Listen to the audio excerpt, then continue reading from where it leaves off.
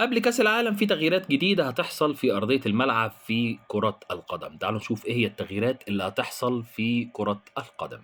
أولًا كده بيقول لك التبديلات السريعة، يجب على اللاعب المستبدل مغادرة الملعب خلال 10 ثواني، يعني يبقى كده بعد كده ما فيش أي لاعب هيتلكع، هو 10 ثواني تخرج، ما خرجتش يتعين على اللاعب البديل الانتظار لمدة دقيقة قبل الدخول، يعني هيستنى دقيقة لو اللاعب التاني اتأخر 10 ثواني. الرميات والركلات، يُمنح اللاعب 5 ثواني بس لتنفيذ الرمية أو الركلة، وإذا لم يتم ده هتروح للفريق التاني. يعني من الآخر جالك رمية تماس آخرك 5 ثواني تلعبها، جالك فاول آخرك 5 ثواني تلعبه، ما لعبتوش هيروح رايح الفاول للفرقة التانية أو يروح رايح رمي التماس للفرقة التانية. العلاج الطبي، أي لاعب يتلقى علاج طبي داخل الملعب يجب أن يغادر وينتظر دقيقة قبل العودة.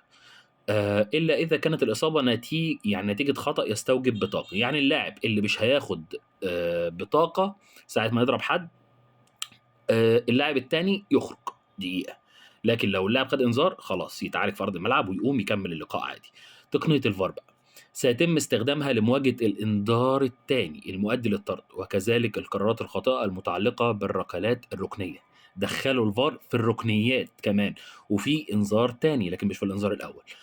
القائد أو الحكم، يسمح فقط لقائد الفريق بالتحدث مع الحكم، وأي لاعب آخر يقوم بذلك سيتلقى بطاقة صفراء. يعني من الآخر بقى الدوشة اللي بنشوفها حوالين الحكم لأ، هو واحد بس اللي هيروح، مين هو؟ كابتن الفرقة، كابتن الفرقة اللي هيروح للحكم ويتكلم معاه. حد تاني بقى عمل فيها فقيق وراح للحكم، البس الإنذار الأصفر واقعد على جنب، كترتها هتاخد الطرد. فمن الآخر هو كابتن الفرقة بس اللي هيروح يتكلم مع الحكم، غير كده خلاص انتهى زمن السبهللة.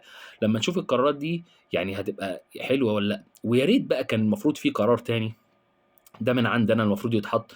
الVR شغال صح؟ طب إحنا عايزين الVR ما شافش لعبة، إحنا كفريق عايزينه يشوف اللعبة دي، يا باشا إحنا عايزين نتأكد إذا كانت صح والّا غلط. فالمفروض يعني من برّه، مش لازم اللعب يتوقف، من برّه يروحوا يتكلموا مثلًا مع الVAR، يا باشا شوف لنا اللعبة دي وعِدها لنا، ورّيها للحكم، يمكن أنت ما شُفتهاش، لإن في لعب ساعات كتير أوي بتعدّي على الVAR.